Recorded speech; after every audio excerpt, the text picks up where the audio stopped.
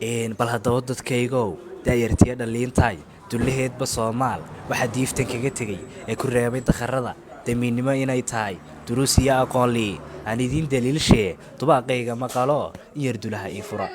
ma ogtahay damiinow ma ogtahay danlaawow ma ogtahay dalkeennii inuu dunida hoos maray markii ay dadkiisii shilimaad ka doorteen markii ay dadkiisii qoloqolo u diriireen markii ay dadkiisii xumaatada u doodeen markii ay dadkiisii ka dideen wanaaggii markii ay dadkiisii macsiyaadka doorteen markii ay dadkiisii dayaceen aqoontii markii uu dadkiisii jaalis ii duugaashaday sawkaa dalkeennii seere lama degaaniyo duni laga hayaamiyo noqday degal abaareed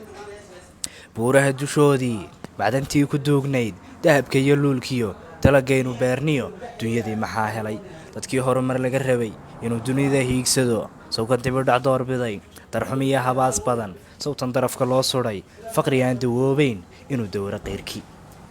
bal haddaba dadkaygow duulkii aqoon lii jahli kama durkaayo tiqowgiyo xumaatada abid kama dulguuro duni horumarkeeduna dad iyo waa aqoontee dariiqada hallowsani intay dawga kaa lumin durustiyo tacliintiyo